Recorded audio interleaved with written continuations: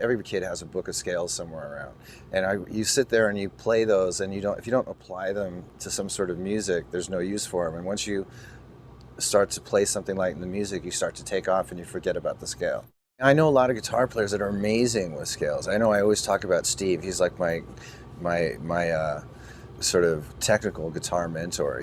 He always is telling me all these different things that you can do, but I usually find a hard time applying them. It's a lot of just weird tricks that you can do, starting on different notes and putting a different scale and different key, this and that and the other.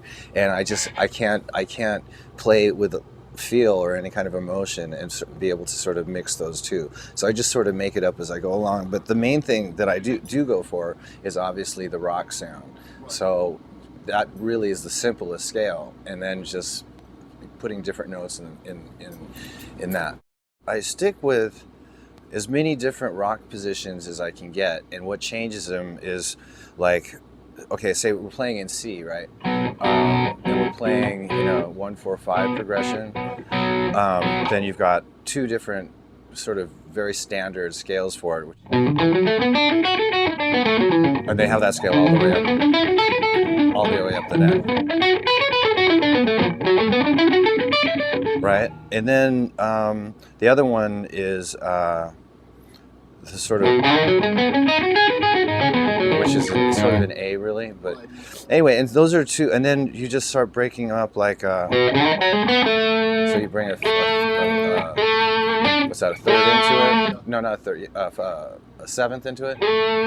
So there's that, and then there's these passing tones. So here's the major scale,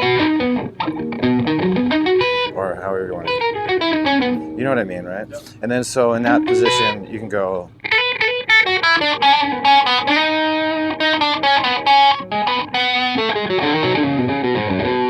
or stuff like that.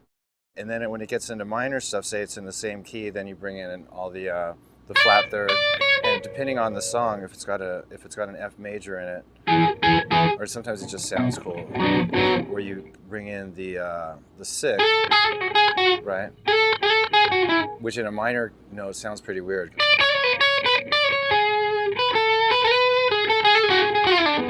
But if you're doing a really sort of real minor stuff, then you have the flat six.